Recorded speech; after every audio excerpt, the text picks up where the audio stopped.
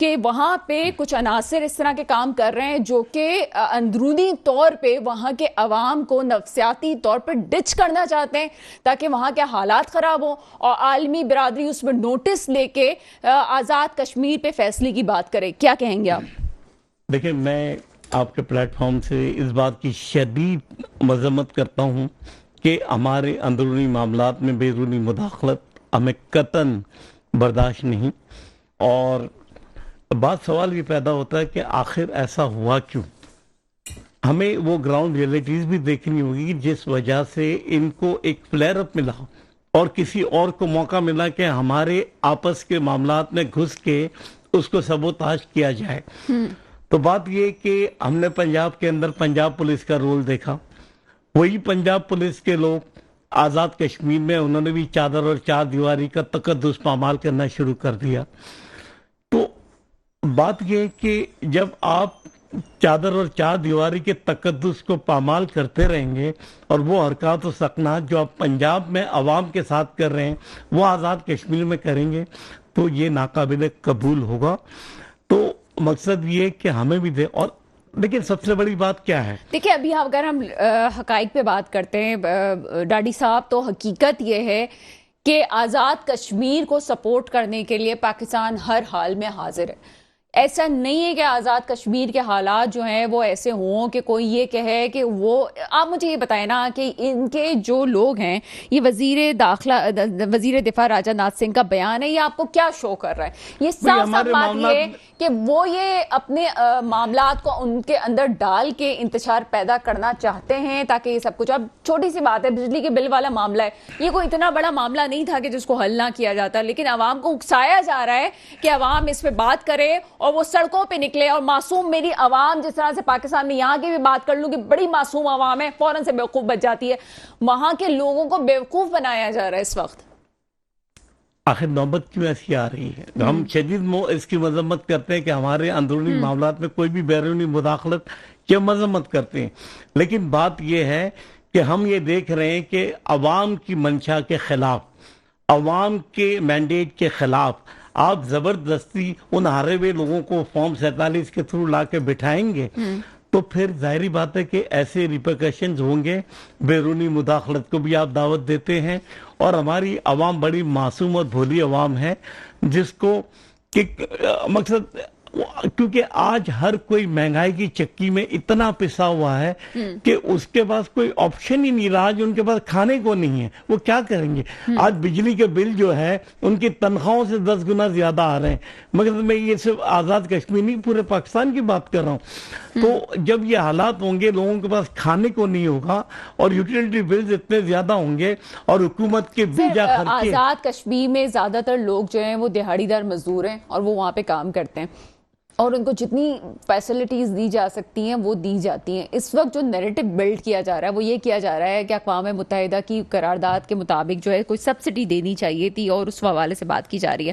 حالانکہ یہ بالکل اندھا دھند بات ہے، ایسی کوئی بھی بات نہیں ہے. یہ یہاں پہ میں آپ کو پڑھ کے ہی سنا دیتی ہوں کہ یہ کسی گمنام سی کسی قرارداد کا ذکر کرتے ہیں جس کا کہیں پہ بھی نہیں ہے. یہ کہتے ہیں جناب آزاد کشمیر کے عوام کو 48 اشیاء پہ سبسڈی دی جائے گی، جہاں پاکستان کے یہ حالات ہیں کہ وہ سبسڈی کے نام پہ ہی پہ آئی ایم ایف نے اتنی سخت شرائط کی ہوئی ہے. کیا کسی کا دل چاہتا ہے کسی حکمران کا، میں مسلم لیگ نون کا ہی ذکر کروں یا بھی عمران خان کے فیصلوں پہ تنقید ہوتی ہے، کیا سر کسی حکمران کا ہی دل چاہتا ہے کہ عوام پہ وہ تشدد کرے، مطلب مہنگائی کی صورت میں تشدد کرے؟ ایسا نہیں ہو سکتا، کوئی اپنی سیاست کو نہیں بگاڑ سکتا.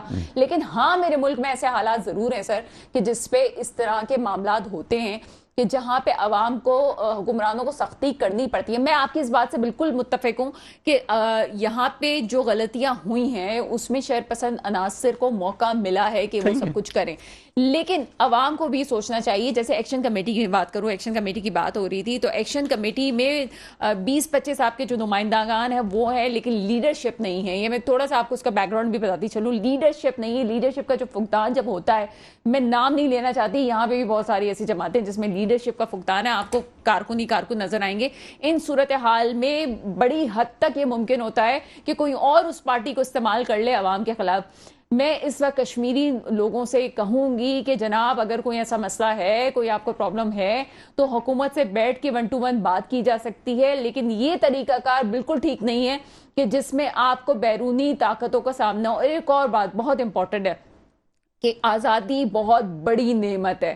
پاکستان میں بھی رہ کے اگر کوئی شخص پاکستان کو برا بھلا کہتا ہے تو مجھے اس بات پہ حیرت ہوتی ہے. جناب پوچھو نا ان لوگوں سے جو آزادی کے بغیر زندگی گزارے, پوچھیں تو کہ ان کا حال کیا ہو رہا ہے. آپ کو بھی پتا ہونا چاہیے کہ ان کا حال نہایت برا ہے. کیا ابھی آپ جموں میں دیکھیں کیا عورتوں کی عزتیں محفوظ ہیں؟ آپ جموں میں دیکھیں کہ لڑا چلتے کسی ہر گھر میں ایک جو ہے وہ موت ہو چکی ہے, کسی کا جوان بیٹا جا چکا ہے. آزادی کی قیمت تو آپ کو مجھ سے زیادہ پتا ہوگی. آزاد کشمیر کے میں اپنے بھائیوں کو کہوں گی نہ کریں وہ سب کچھ جو کہ آپ دوسروں کے اعلی کار بنیں گے تو یہ سب کچھ ہوگا. اور جو لوگ آپ کو یہ پٹی پڑھا رہے ہیں ان کے حوالے سے بھی سوچیں کہ یہ جو آپ کے ممبران ہیں یہ آپ کے ساتھ غلط کر رہے ہیں. یہ آپ کے اندر بیٹھے ہوئے جاسوس ہیں جو کہ آپ کو لڑوا کے کوشش کر کے آپ کو الحاق کروانا چاہتے ہیں انڈیا کے ساتھ. یہ اتنی بڑی سازش ہے کہ اگر لوگ اس کو سمجھنے کی کوشش کریں تو کہاں سے کہاں بات پہنچ سکتی ہے. جی ڈاڈی صاحب آپ کی بات بالکل ٹھیک ہے, لیکن کشمیر اور اس کو آزاد کرنے کے پیچھے جو ایک نفسیات تھی اس کا بھی خیال رکھنا چاہیے کہ ہم نے اپنی جانوں کا نذرانہ پیش کیا, ہم کشمیر کے لوگوں کے ساتھ کھڑے ہوئے ہیں, اور آج بھی دل دکھتا ہے جب جموں میں یہ حالات ہوتے ہیں. دیکھیں اس پہ ہماری لیڈرشپ پہلے بھی ان حالات کو کنڈیم کر چکی ہے, اور آج بھی ابھی حکومت پاکستان نے 23 ارب روپے کا ایک نیا پیکیج آزاد کشمیر کے عوام کے لیے اناؤنس کیا ہے. تو میرا خیال اگر یہ پہلے کر دیتے تو زیادہ اچھا تھا, لیکن ٹھیک ہے دیر آئے درست آئے, تو اس سے کچھ ریلیف ان کو ملے گا. اور جب وہاں سے ہی بجلی پروڈیوس ہوتی ہے اور ان کو اس میں بھی اگر رعایت دے دی جائے تو میں سمجھتا ہوں کوئی مذائقہ نہیں.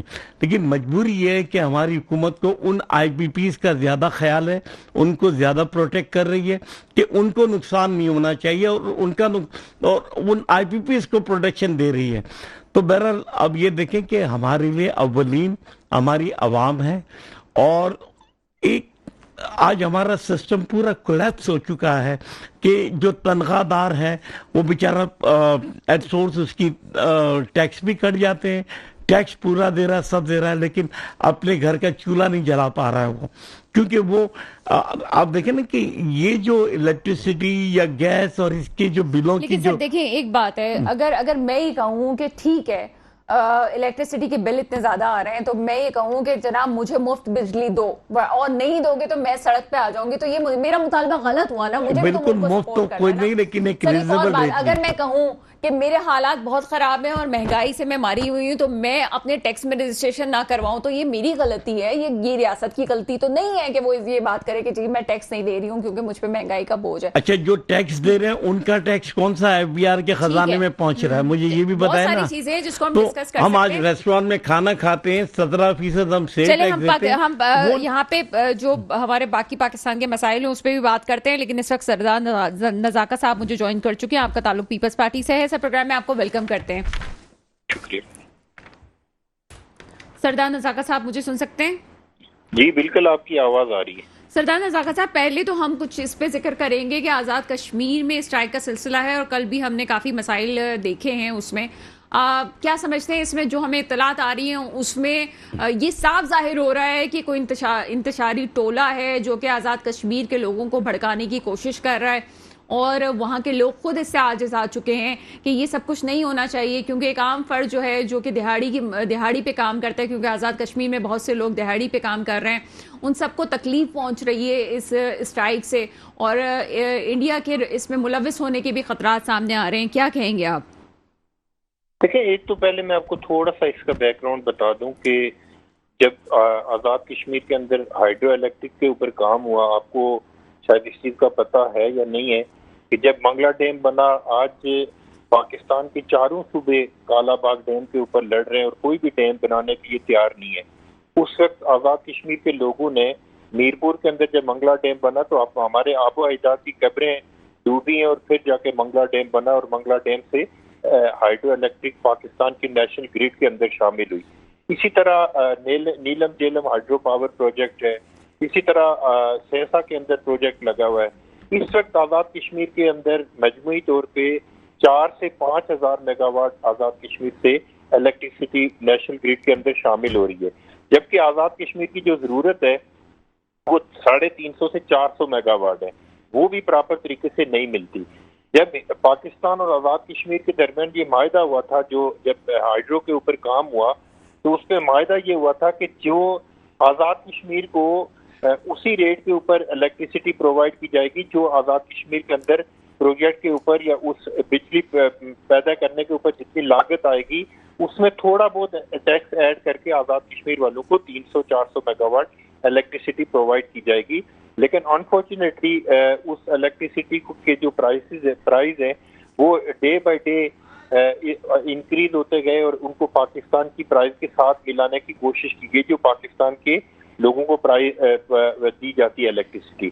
جہاں تک کہ آپ آٹے کے حوالے سے یا کس سبسڈی کے حوالے سے بات کر رہی ہیں، میں تھوڑا سا آپ کو کریکٹ کر دوں کہ آزاد کشمیر پاکستان کا پارٹ نہیں ہے، بلکہ آزاد کشمیر ایک ڈسپیوٹڈ ایریا ہے۔ جس طرح مقبوضہ کشمیر اس ایک ڈسپیوٹڈ ایریا ہے، گلگت بلتستان ایک ڈسپیوٹڈ ایریا ہے، اسی طرح آزاد کشمیر بھی ایک ڈسپیوٹڈ ایریا ہے۔ پوری دنیا کے اندر جو بھی ڈسپیوٹڈ ایریا ہوتے ہیں وہاں کی جو گورنمنٹ ہوتی ہیں یا جو اس کے اوپر رول کر رہے ہوتے ہیں وہ اس کو سبسڈی دیتے ہیں، اور یہ پوری دنیا کے اندر ایک رول ہے۔ تو میں سمجھتا ہوں کہ آپ کی بات کسی حد تک میں آج تسلیم اس لیے کر رہا ہوں کہ جو گورنمنٹ آف پاکستان نے، گورنمنٹ آف آزاد کشمیر نے، پرائم منسٹر پاکستان نے اور بالخصوص پاکستان پیپلز پارٹی کے پریزیڈنٹ آصف علی زرداری صاحب نے جس طرح وہاں کے لوگوں کو آن بورڈ کر کے ایک بڑا زبردست قسم کا گورنمنٹ آف پاکستان نے فلیکسیبلٹی ظاہر کی۔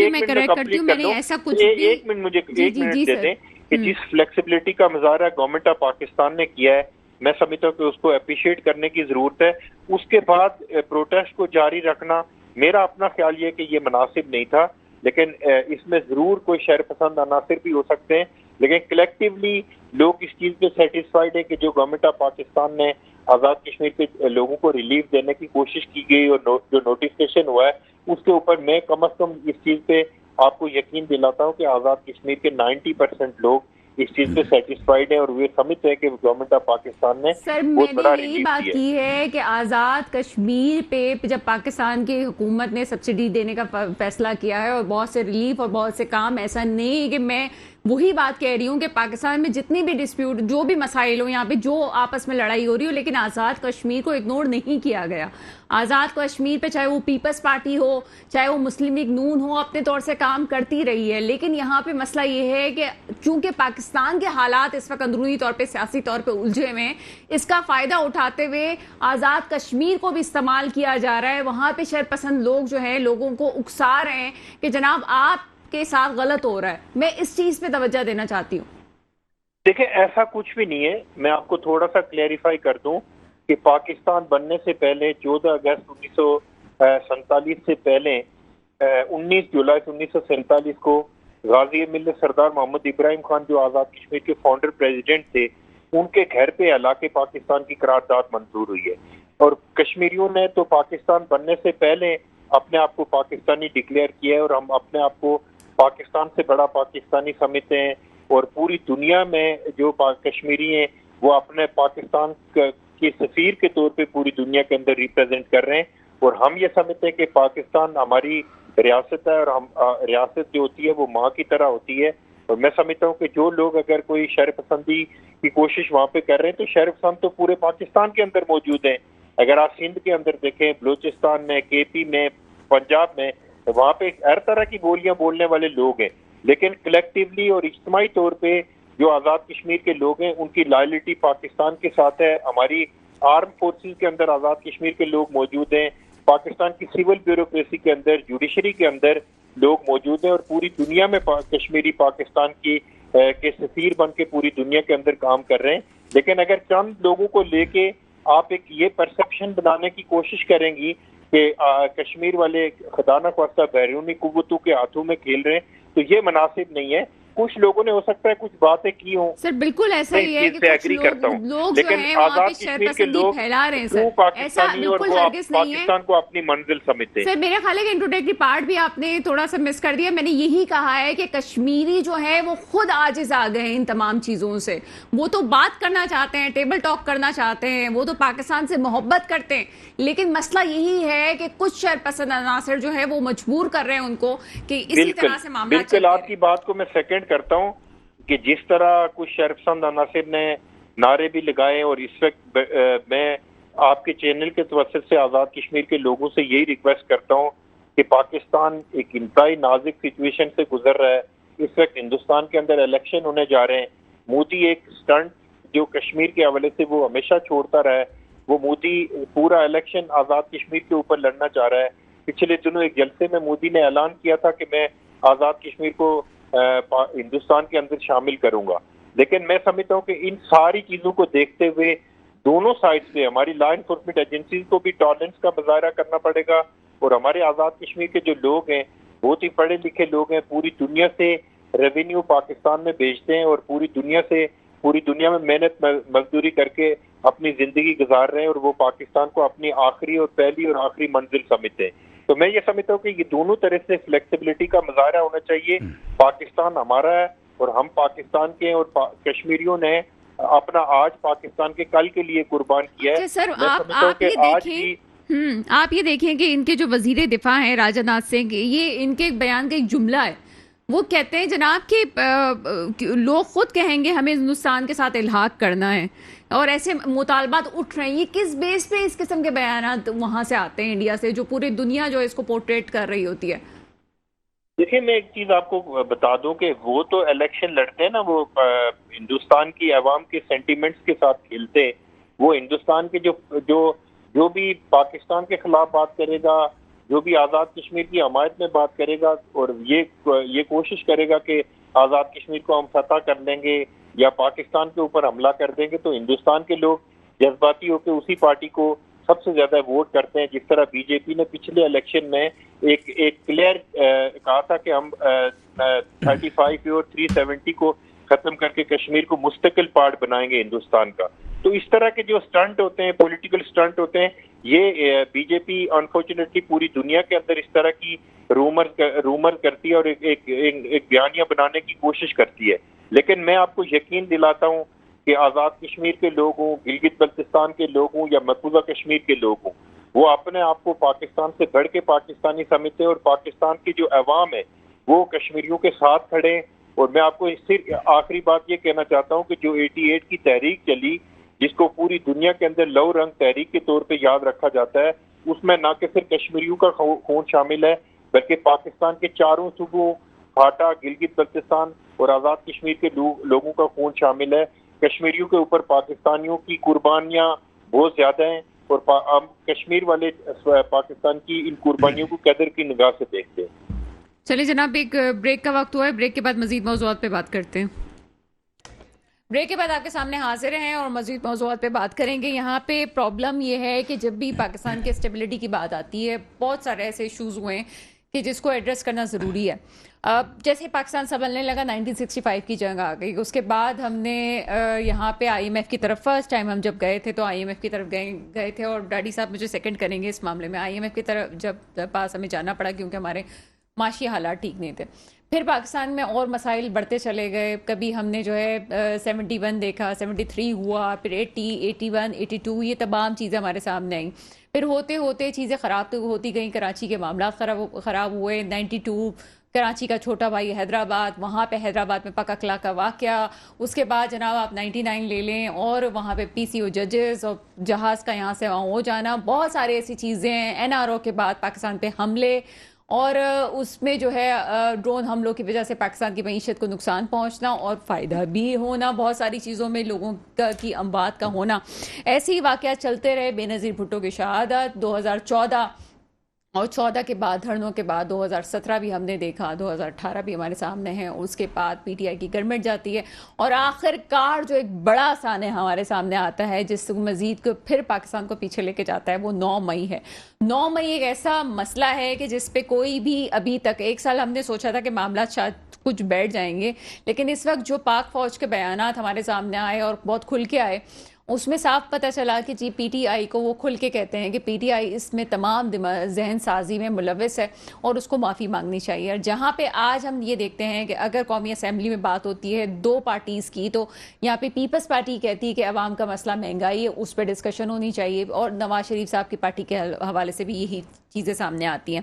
اور یہ بات بڑی چلیں وہ کہتے ہیں نا کہ دیر آئے درست آئے, ایسا کچھ ہے اس میں. یہ بات ہم یہ کہہ سکتے ہیں کہ اب سیاسی پارٹیز اس بات کو سمجھ گئی ہیں کہ سیاست دان آپس میں بیٹھ کے جب بات کریں گے تو مسئلے حل ہوں گے.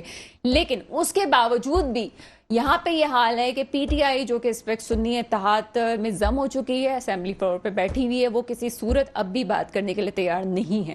وہ یہ کہتی ہے جناب ہم انہی سے بات کریں گے جن سے ہمیں بات کرنی چاہیے, یعنی کہ طاقتور لوگوں سے. اور طاقتور لوگ جو بقول ان کی, یعنی کہ فوج اسٹیبلشمنٹ کی جب بات ہو رہی ہے اور کھل کے یہ بات کرنی چاہیے, تو وہ جناب کہتے ہیں پہلے اپنی غلطی مانو, اس کے بعد آگے جائیں گے. جس پہ رؤوف حسن صاحب یا پی ٹی آئی کی جو ایک سامنے سے ایک غصہ سامنے آتا ہے, اس کی کم سے کم مجھے توقع نہیں تھی کہ وہ مزید غصے میں یہ کہتے ہیں کہ مافیا تو ہمیں کسی اور کو اپنی غلطی ایکسیپٹ کرنی چاہیے کیونکہ ہم جیلوں میں گئے.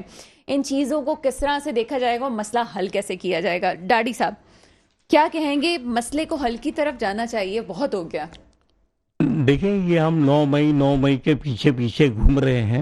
9 مئی سے بھی بڑے واقعات پیدا ہوئے ہیں. آرمی پبلک اسکول کے 400 کے قریب بچوں کی شہادت ہو گئی. ان کا دن کیوں نہیں منایا جاتا جو 9 مئی کا دن منایا جاتا ہے؟ قائد اعظم کو روڈ کے بیچ میں ان کی گاڑی خراب پڑی ہوئی تھی, کوئی پوچھنے والا نہیں تھا, تو وہ دن کیوں نہیں منایا جاتا؟ مشرق پاکستان 2 لخت ہوا, وہ دن کیوں نہیں منایا جاتا؟ تو بس 9 کے ایک رٹ لگائی ہوئی. 9 مئی کیا ہم نے اور آپ نے لائیو ٹی وی پہ نہیں دیکھا؟ وہ سرکاری ٹرک جس کے اندر سے لوگ اتر کے جو اکسا رہے تھے, تو آپ میں یہاں پبلک پہ کریکٹ کر دوں, میں آپ کو یقیناً بیچ میں نہیں روکنا چاہتی تھی کیونکہ آج میں پروگرام میں بہت کچھ بول چکی ہوں. آرمی پبلک اسکول کا آپ نے واقعہ کہا, وہ ایک دہشت گردی کا واقعہ تھا جس کی ہر سال مذمت کی جاتی ہے اور ہر سال اس کے حوالے سے. اور میں بھی یہ کہوں گی ان دنوں جو حالات تھے, عمران خان صاحب ایک پیج پہ تھے اور وہ پارٹی میں شامل, اس وقت حکومت میں نہیں تھے, پھر بھی انہوں نے ایک دھرنا تھا, دھرنے کو وہ چھوڑ کے آئے اور تمام چیزیں بیٹر ہوئی. یہ تاریخ کا حصہ میں آپ کو بتا رہی ہوں. دوسری بات آپ نے کہی مشرقی پاکستان کی, مشرقی پاکستان کا الگ ہو جانا, اس پہ بھی آج تک بات ہوتی ہے. ایسا نہیں کہ اس پہ آرٹیکلز نہیں لکھے گئے, اس پہ نہیں کہ فوج کے بیانات نہیں ہیں, اس پہ بھی بات ہوئی ہے. ایک اور آپ نے ذکر کیا, آپ نے کچھ اور بھی بات کی تھی جس پہ میں جواب آپ کو دے سکتی ہوں. 2-3 آپ نے جو چیزیں کہی ہیں, بہرحال میں اس کی چیزیں آپ کو لے کے اگر چلوں تو ایسا نہیں ہے 9 مئی اس لیے کیا جاتا ہے سر, کیونکہ میں پھر یہ بات کروں گی, میں بہت سارے پروگرامز میں کہہ چکی ہوں کہ میں شہداء کے ورثہ سے ملی ہوں. جب آپ شہداء کے ورثہ سے ملتے ہیں نا سر, تو ایک بات آتی ہے, اس ملک کی سلامتی بقا اور اس ملک کی جو آپ سلامتی کے لیے فوج کو آپ نے کھڑا کیا ہوا ہے یہاں پہ, آپ کا جو ملک کا جغرافیہ ہے وہاں پہ اگر فوج کی شہداء کی عزت نہیں کی جائے گی تو مجھے بتائیں کل کون اپنا بچہ فوج میں بھیجے گا؟ یہ چیز کو ڈسکس ہونا ضروری ہے سر, ایسا نہیں ہے کہ ضروری نہیں. ہمیں ہماری فوج پہ بولے سر کہ 9 مئی ڈسکس کریں نا سر. ہمیں ہماری فوج پہ ناز ہے, we are proud of army, اور یہ وہ آرمی ہے جو اس وقت دنیا کی سب سے بہترین آرمی, کیونکہ پچھلے 40 سال سے پاکستان آرمی حالات جنگ میں ہے, اور یہ جو آرمی ہے وہ دنیا کی اس لیے سب سے بہترین آرمی میں کہتا ہوں کہ یہ بیرک کی آرمی نہیں ہے, یہ مستقل پچھلے 40 سال سے دہشت گردی سے بھی لڑ رہی. میں اپنی نالج کے لیے پوچھنا چاہتی ہوں سر, آپ مجھے بتائیں کہ ایبٹ آباد والے آپریشن کے بعد سے ابھی تک جو مسائل ہم نے پاکستان آرمی نے خاص طور پہ جھیلے ہیں, کیا 1965 سے لے کے ابھی تک ہم نے وہ جھیلے تھے, لیکن کون کر رہا ہے یہ سب کچھ مجھے بتائیں. یہ آپ کی پاک فوج ہی تو ہے جو لے کے چلی ہے ان سب چیزوں کو. دیکھیں پھر ان لوگوں کا کیا جنہوں نے اسمبلی میں کھڑے ہو کے ہماری پاک فوج کے بارے میں جو غلط بیانات دیے گئے، ٹانگیں کانپ رہی ہے اور آج تک یہ نہیں کیا وہ نہیں کیا، تو آج وہ حکومتوں میں بیٹھے ہوئے ہیں، وزیر دفاع بنے بیٹھے ہیں۔ معافیاں مانگی ہیں انہوں نے، جنہوں نے یہ کہا تھا کہ تم 3 سال کے لیے آتے ہو، ہم تو وہ اس کے لیے تو سر انہوں نے بھی معافیاں مانگی ہیں۔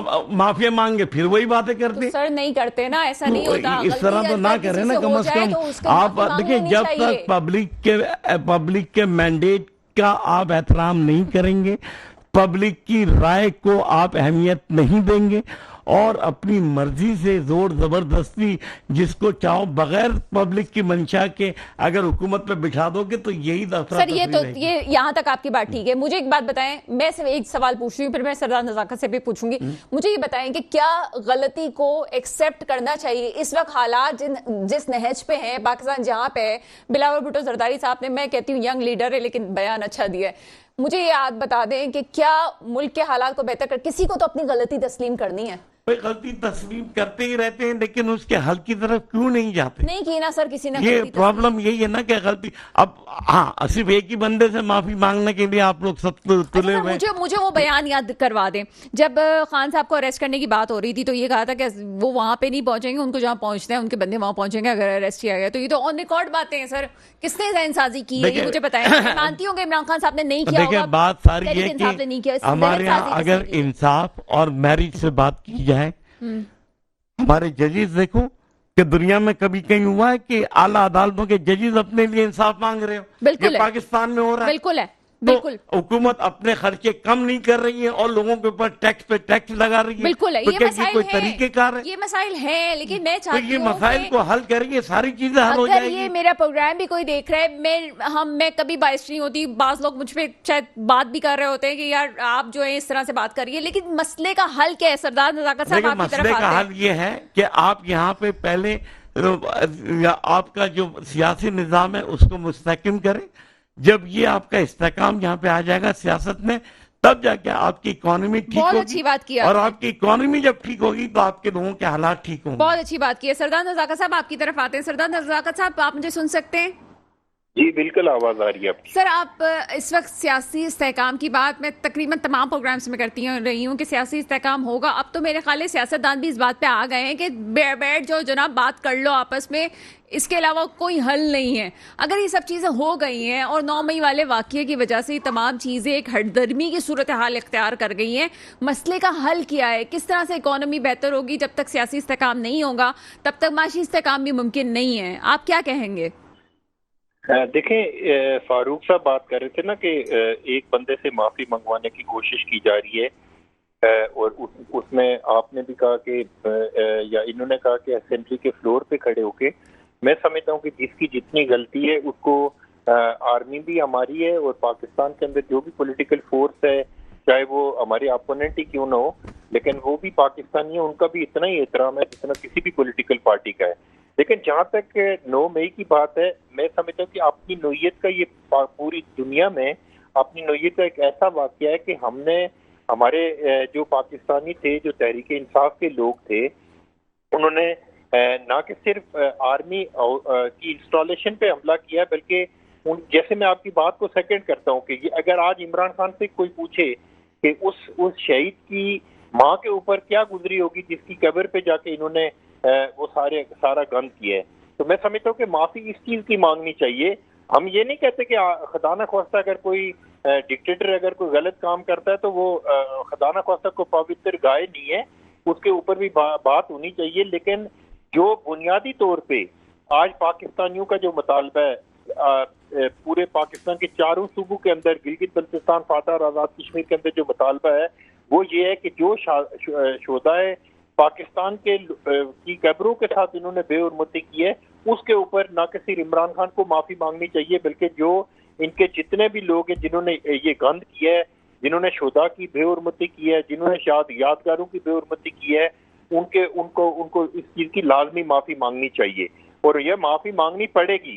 میں آپ کو مثال دیتا ہوں کہ اگر عمران خان اریسٹ ہو گئے یا عمران خان کے اوپر برا وقت آیا تو اس میں کون سی ایسی قیامت آ گئی؟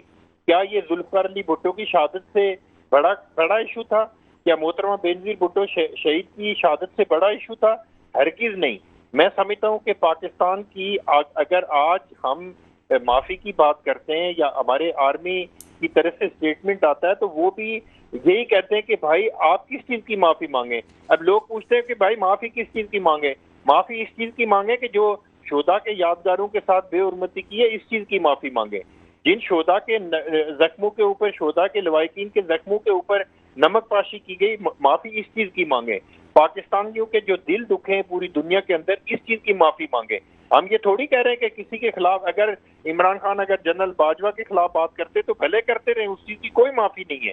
مانگے نہ مانگے ان کا ذاتی مسئلہ ہے. لیکن جو انہوں نے آرمی انسٹالیشن پہ حملے کیے ہیں، جو شہداء کی یادگاروں کے اوپر حملے کیے ہیں، اس چیز کی معافی بہرحال میں اس چیز کو سمجھنے سے قاصر ہوں، اور میرے پی ٹی آئی کے بھائی بھی سمجھنا چاہتے ہیں. جب وہ کہتے ہیں کہ ذمہ داران کو سزا دیں تو ذمہ داران کو سزا دیں. وہ تو یہ مان ہی نہیں رہنا کہ ہم نے کیا ہے. باقی یہ اب ایک لکیر ہے جس کو کوئی کراس کرنے کے لیے تیار نہیں ہے. اس پہ انویسٹیگیشن ہو، کمیشن قائم کرے. وہ کہتے ہیں کس چیز کی معافی مانگے، ہم نے کیا ہی نہیں. اب انویسٹیگیشن کرنے شہید بجانے کی جب بات ہو رہی تھی اس کی معافی کون مانگے گا؟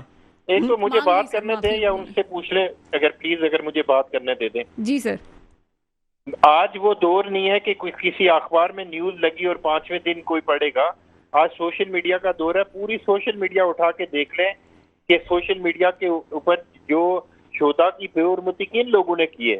کون لوگ تھے جو جناح لاہور میں جا کے ساری چیزیں چورا کے چوری کر کے لے کے گئے. وہ کوئی انڈیا سے یا بنگلہ دیش سے یا افغانستان سے یا ایران سے تو نہیں آئے ہوئے تھے. وہ یہ پی ٹی آئی کے کارکن سامنے نظر آتے ہیں. اب پھر اس کے اوپر اگر بحث کی جائے، اگر کوئی سورج کو دیکھ کے کہے کہ سورج نہیں چڑھا ہوا تو اس کا علاج تو کسی کے پاس نہیں ہے. میں سمجھتا ہوں کہ ٹرانسپیرنٹ انکوائری ہونی چاہیے اور جو کلپریٹس ہیں 9 مئی کے ان کو سزا ملنی چاہیے. اور اگر سزا نہیں ملے گی تو پھر پاکستان کے اندر ایک راستہ کھل جائے گا. پھر کل کوئی بھی موقف اٹھے گا، کوئی بھی جتھا اٹھے گا اور کسی کے اوپر بھی حملہ آور ہوگا. یہ پاکستان کے لیے سب سے خطرناک بات ہوگی. ٹھیک ہے سر، ہمارے ساتھ ہی رہیے گا. فاروق ڈاڈی صاحب، مجھے یہ بتائیں کہ وہ جو جی ایچ کیو پہ حملہ ہوتا ہے تو ایک ٹویٹر پہ ہیش ٹیگ چلتا ہے اور اس پہ کہا جاتا ہے جناب مبارک ہو کہ نعرے لگائے جاتے ہیں، کہا جاتے ہیں جناب فتح جو ہے پی ٹی آئی کی ہوئی ہے، عمران خان زندہ باد. یہ ہم نے دیکھا ہے کہ یہ ہوا. یہ مجھے بتائیں کہ اپنے ہی لوگوں پہ حملہ کر کے کون سے نعرے بازیاں ہو رہی تھی، کیا ہو رہا تھا؟ کیا یہ پی ٹی آئی نہیں تھی؟ اچھا دیکھیں، تو پھر اس کی انکوائری کیوں نہیں کی جاتی؟ اس پہ کمیشن کیوں نہیں بٹھایا جاتا؟ اس کو اوپن کیوں نہیں کیا جاتا؟ میں نے اپنی آنکھ سے میں نے اپنے آپ دیکھا کہ سرکاری ٹرکوں میں سادے کپڑوں میں لوگ اتر رہے ہیں. وہ ویڈیو آج بھی سوشل میڈیا پہ موجود ہے. یاسمین راشد، ڈاکٹر یاسمین راشد وہ ٹرک پہ بیٹھ کے کہہ رہی ہے کہ اپنے لوگوں کو کہ وہاں مت جاؤ، ہمارا کوئی تعلق نہیں، ہم پرامن لوگ ہیں، ہمیں یہ ان لوگوں کے بلا رہے مت جاؤ وہاں پہ. تو یہ ہم نے دیکھا. آپ سر ہم نے یہ بھی دیکھا کہ میاں والی میں اور آس پاس کی جگہ پہ جو پی ٹی آئی کے لوگ تھے انہوں نے پولیس کے لوگوں کو باقاعدہ یرغمال بنایا، وہ بھی ہم نے دیکھا. میں یہاں پی ٹی آئی کی کوئی ترجمانی نہیں کر رہا ہوں، میں بھی نہیں کر رہی ہوں کسی فوج کی ترجمانی. اگر کوئی پی ٹی آئی کا جھنڈا لگا کے اور اگر گالم گلوچ کر چلے یہ بات ٹھیک ہے، یہ تھوڑی ہے کہ وہ پی ٹی آئی کا ہو گیا. بات کرو تو اس کو اس سے کرو مخلص. میں یہ کہتا ہوں، میں مذمت کرتا ہوں جو بھی کچھ ہوا یہ غلط ہوا، نہیں ہونا چاہیے، لیکن اس کی انکوائری ہو، غیر جانبدارہ انکوائری ہو، اس پہ جوڈیشل کمیشن بٹھایا جائے اور وہ تمام جتنے بھی کلپس ہو سب کو واضح کیا جائے اور پھر فیصلہ کرو. لیکن بغیر دیکھے، بغیر کسی اس کے الزام لگانا، یہ تو کوئی مناسب بات نہیں ہے. تو اس طرح تو ڈیلی ٹائمز کہتا تھا کہ ارتھ کویک کے پیسے جو یہاں سے گئے تھے اس میں شہباز شریف نے اپنے اکاؤنٹ میں پیسے ڈالے. وہ کیس کیا تھا انہوں نے، آج بھی کیس چل رہا ان کا، تو کیوں وڈرا کیا شہباز شریف نے؟ تو کہنے کا مقصد ہے کہ ہم پہ تو وہ الزام آتا ہے کہ ہمارے پاس چیریٹی کے پیسے آتے ہیں وہ بھی لوگ کھا جاتے ہیں. تو یہ بھی تو چیز دیکھو نا، یہ بھی قابل مذمت ہے. عام لوگوں تک جو امداد نہیں پہنچتی تو وہ بھی تو دیکھو. تو یہ تمام چیزوں پہ جوڈیشل کمیشن ہونا چاہیے. 130 ارب ڈالر کیا مقروض ہو گئے ہیں، لیکن یہ نہیں پتا کہ یہ پیسہ خرچ کہاں ہوا. اس پہ آڈٹ کراؤ، اس پہ تحقیقات کراؤ کہ پاکستان آج میں اور آپ ہر پاکستانی جو ہے وہ اس کی قیمت چکا رہا ہے، مہنگائی کی صورت میں، بجلی کی صورت میں. تو ہم یہ تمام چیز، تو میں تو یہ ہم پہلے ہمیشہ بھی کہتا تھا، آج بھی کہہ رہا ہوں